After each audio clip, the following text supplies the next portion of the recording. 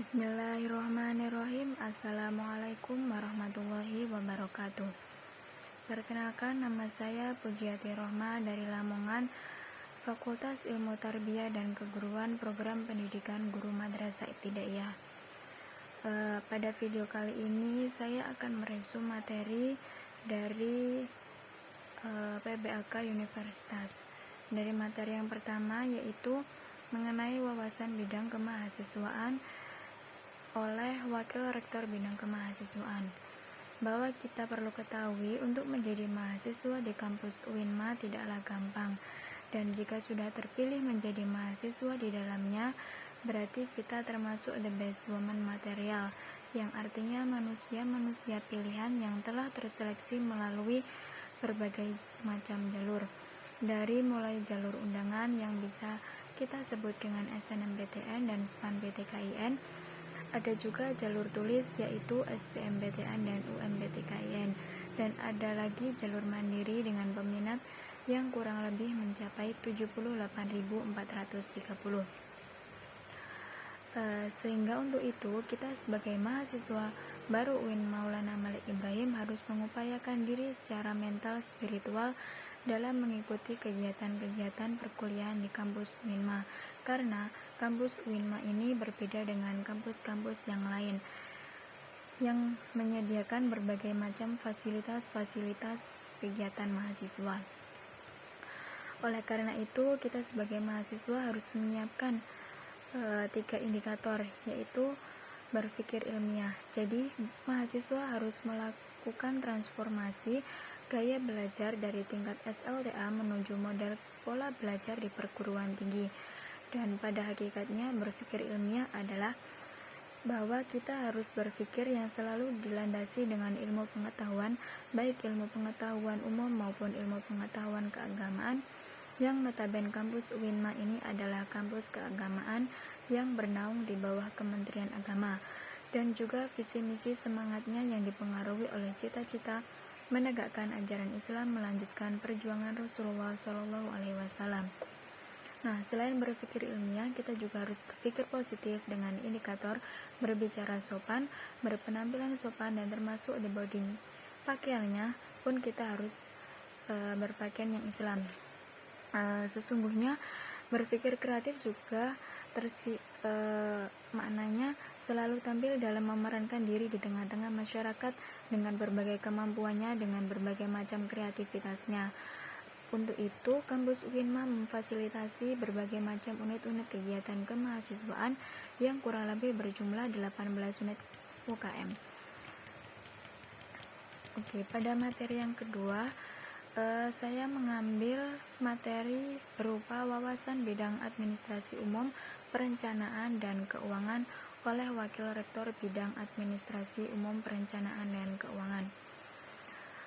Sebelumnya, kampus UIN Maulana Malik Ibrahim ini mempunyai harapan besar kepada seluruh mahasiswa baru UINMA yang kedepannya akan menjadi calon pemimpin 5 tahun, 10 tahun ke depan yang diharapkan untuk memimpin kendali bangsa Indonesia. Karena itu, harapan besar harus diwujudkan bersama-sama, baik oleh pimpinan kakak kelas senior SMA maupun oleh mahasiswa itu sendiri. Oleh karena itu, hendaklah kita menjadi pemimpin yang pertama.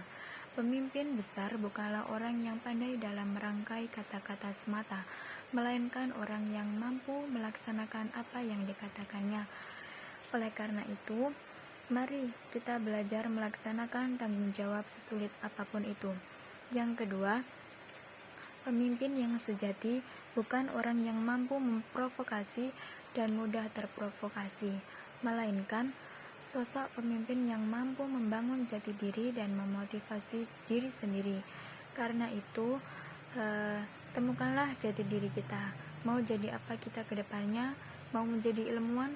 Mau menjadi orang yang luar biasa? Ataupun mau menjadi orang yang biasa-biasa saja? Di hari inilah kita memulai niat tersebut. Yang ketiga, pemimpin yang baik adalah orang yang mampu membuka pintu masa depan bagi orang lain, bukan orang yang selalu mencari kesalahpahaman di pihak lain. Karena itu, marilah belajar mengedepankan untuk berpikir positif, jangan selalu menyalahkan orang lain. Dan yang terakhir adalah pemimpin masa depan adalah orang yang mampu membesarkan alma maternya dengan prestasi-prestasinya, bukan orang-orang yang membakar alma maternya. Karena itu, mari menjaga nama baik kampus dan kita torehkan prestasi-prestasi baik tingkat nasional maupun internasional, mengedepankan kesantunan dan akhlakul karimah. Sebagaimana visi misi kampus UINMA, yaitu terwujudnya pendidikan tinggi integratif dalam memadukan sains dan Islam yang bereputasi internasional dengan misinya yang pertama adalah mencetak sarjana yang berkarakter ulul albab. Yang kedua, menghasilkan sains, teknologi, seni yang relevan dan berdaya saing tinggi. Nah, dari visi itu, sudahkah kampus UINMA ini berputar secara internasional? Lantas apa sih ulul albab itu gunanya? Apa gunanya reputasi internasional ini? Jadi mulai tahun 2021 sampai 2025 merupakan masa untuk mencapai pengakuan dan reputasi internasional, dan tentunya hal ini juga diperjuangkan dengan jerih payah yang luar biasa oleh semua pihak, bukan hanya rektor, wakil rektor. Di samping itu, kampus UINMA ini juga mempunyai prestasi-prestasi yang luar biasa.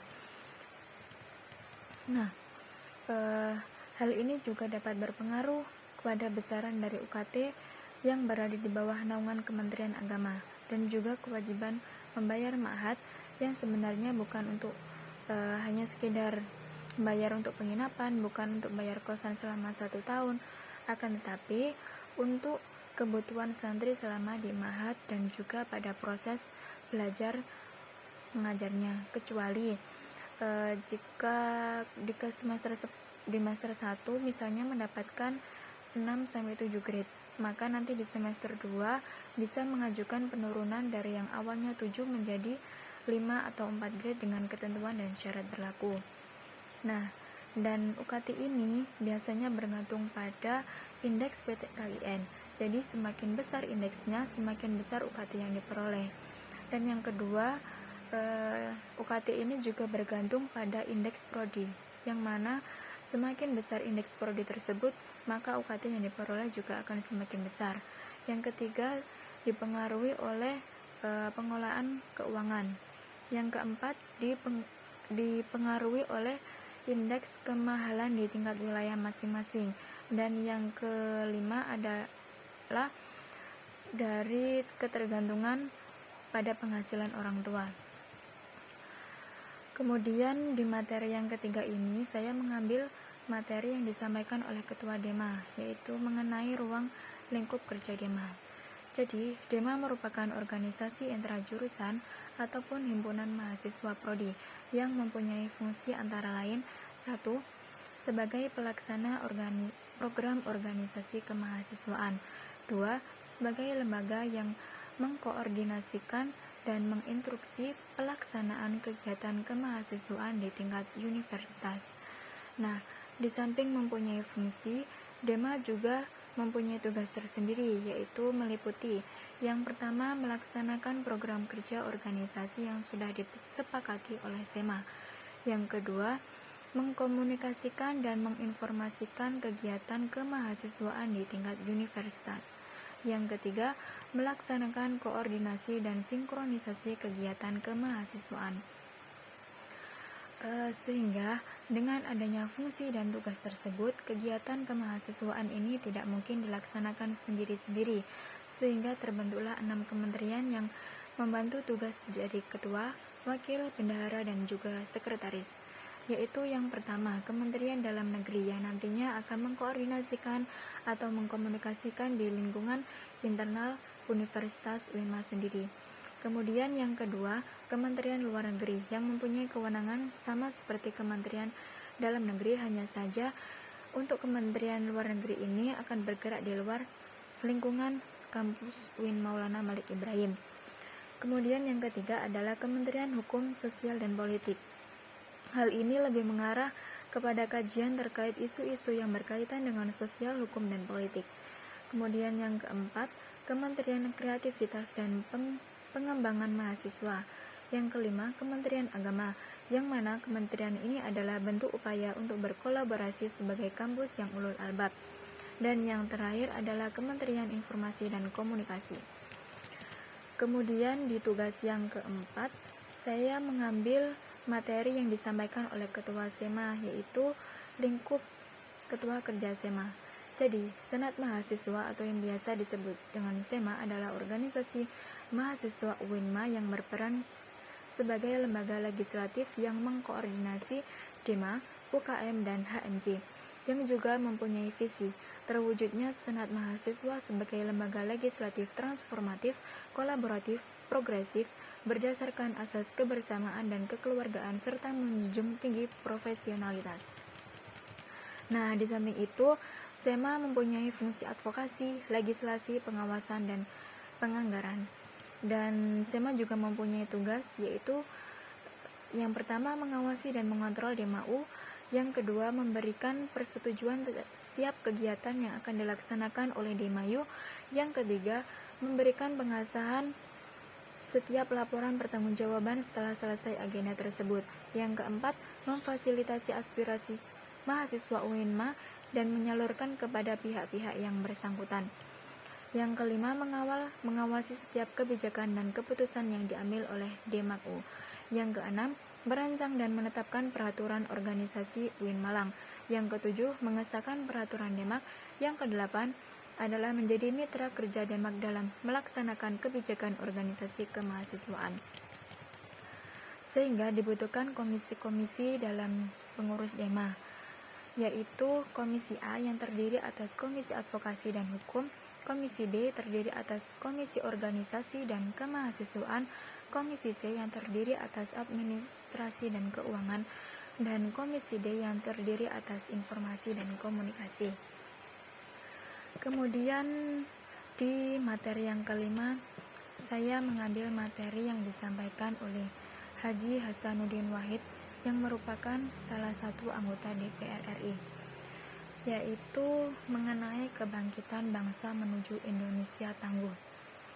Kondisi negara kita saat ini masih pandemi dan sering dalam permasalahan bagaimana pandemi COVID-19 ini akan berakhir dan cara penanganannya.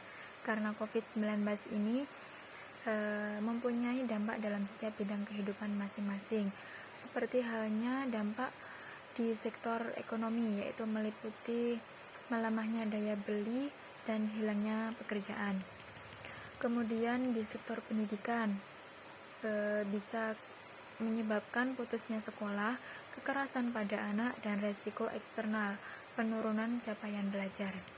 Nah, seperti pada sektor pendidikan, dibutuhkan kebijakan seperti terdapatnya bantuan kuota atau data internet, bantuan subsidi upah atau bantuan UKT, rumah sakit pendidikan, dan dukungan kepada relawan mahasiswa dan dosen. Dan nantinya akan muncul 3 kekuatan pengubah dunia, yaitu kemajuan teknologi, agama, dan juga pasar. Oleh karena itu, UIN atau PT KIN mempunyai peran penting, yaitu dalam menghadapi arus utama pengembangan teknologi digitalis, link and match dengan sektor industri. Mari kita menjadi generasi unggul yang menggunakan moral dan spiritual, gandrung akan ilmu pengetahuan, memiliki digital quotient, dan juga kesalehan atau kepedulian terhadap sosial. Kemudian di materi yang keenam, saya mengambil materi yang disampaikan oleh Dr. Andes Haji Basari yang merupakan salah satu dosen UIN Maulana Malik Ibrahim mengenai moderasi beragama dalam bingkai NKRI. Terdapat sebuah indikator. Terdapat sosok yang alim yang berlatar pendidikan Islam lulusan pesantren tapi tidak diiringi oleh simbol-simbol keislaman, maka orang lain sekitar akan menganggap bahwa orang itu tidaklah soleh, layak, karena seseorang itu layaknya itu soleh atau enggaknya dapat diukur dari cara penampilan mereka yang mengenakan sorban, yang berpenampilan islami. Sehingga hal-hal tersebut yang belakangan ini menjadi kebingungan bagaimana cara membedakan muslim Arab dengan muslim yang biasanya. Nah, Ada juga definisi moderat sendiri. Secara etimologis, moderat adalah wasatiyah yang berarti jalan tengah, posisi tengah, berkeadilan. Sedangkan secara terminologis adalah pemahaman atau praktek keagamaan yang menjunjung tinggi kesetaraan, keberagaman, toleransi dengan berpijak pada prinsip tawasun antara rasio atau logika, teks, serta konteks. Di samping itu juga terdapat isu-isu terkait dengan Timur Tengah dan politik global, baik secara langsung maupun tidak langsung, yang nantinya dapat mempengaruhi pemahaman dan sikap keberagaman masyarakat Indonesia, akan mengganggu agenda moderasi Islam, seperti konflik Palestina dan Israel, aliansi politik Arab dengan Amerika, yaitu dengan Amerika, kemudian oil, yang keempat ada political despotism dan hipokrasi. Oke, demikian ringkasan saya dari selama mengikuti PBAKU. Kurang lebihnya saya mohon maaf bila ada salah kata. Billahi taufiq wal hidayah. Wassalamualaikum warahmatullahi wabarakatuh.